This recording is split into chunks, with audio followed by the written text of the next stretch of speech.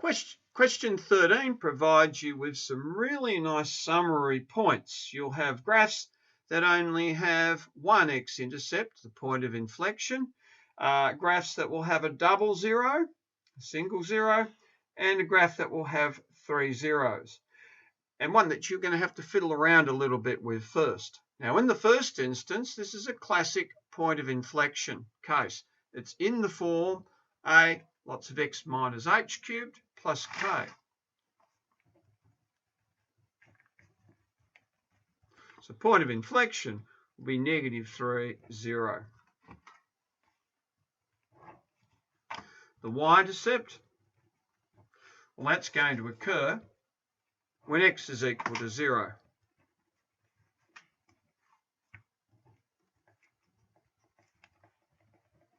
In other words, 0, 27.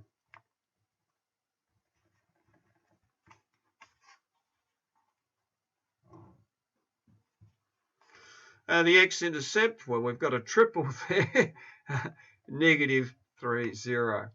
So all that remains is for me to sketch that up.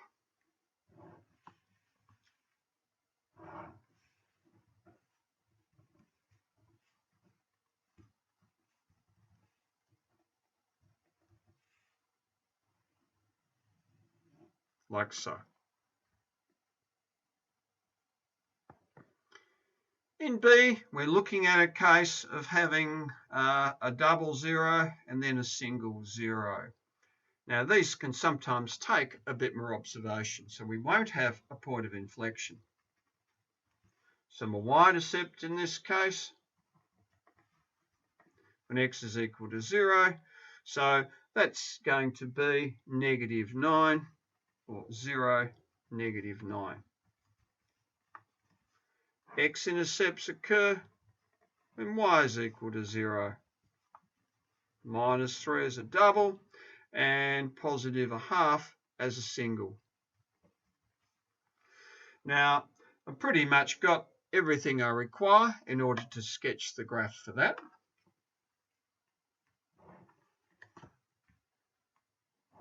Oh, forgot to mention the shape. We're coming from the negative, ending up in the positive.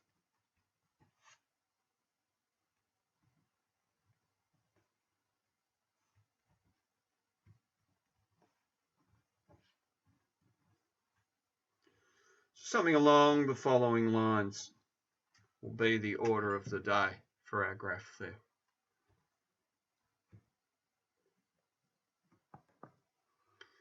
Now, 13C is of the format where you're going to have 3 zeros. First thing I'll figure out is my y-intercept, and that's when x is equal to 0. So in this instance, it's going to be -15 or 0, -15 for my y-intercept. My zeros or x-intercepts, reading straight off the information above, x is equal to -3, 1/2, or 5. The overall shape is going to be something looking a little like that. So I've now got the information in order to sketch my graph.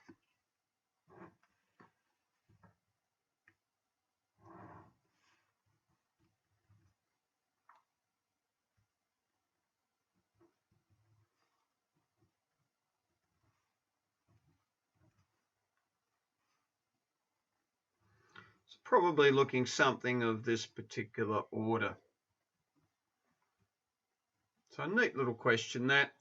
You've now had a bit of a practice at a point of inflection type, a double zero case, and then a 3 zero case. Problems that are all fair game for formal assessment. Working through 13D is a little trickier because I have to work out what y is first.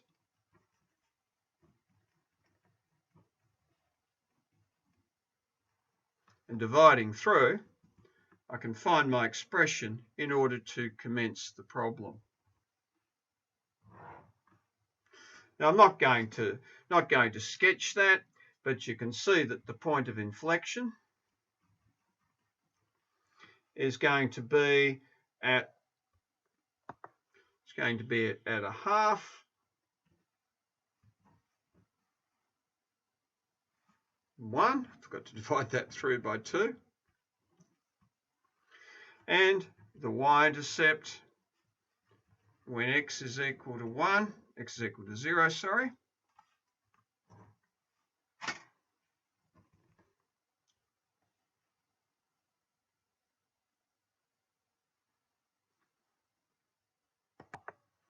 It's going to give us 2.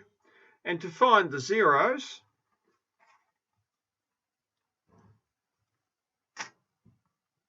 so I've just realised I made a little error.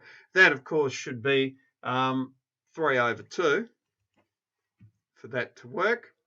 Now, to find the zeros, that's what happens when y is equal to 0.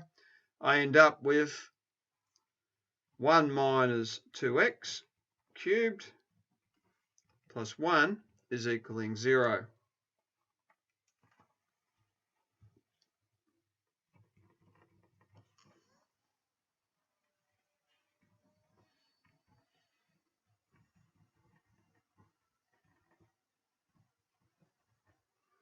I'll just have to continue that on the next page. And that, of course, was 1 minus 2x cubed is equal to negative 2. I now take the cube root of both sides.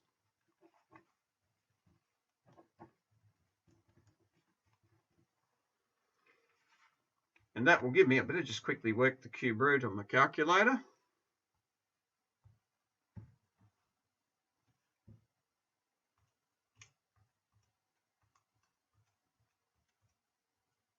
And that will give me negative 1.26. 1 minus 2x is equal to negative 1.26.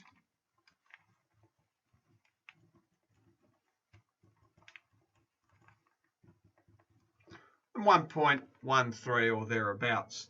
And that gives you the okay to go ahead now and plot the graph.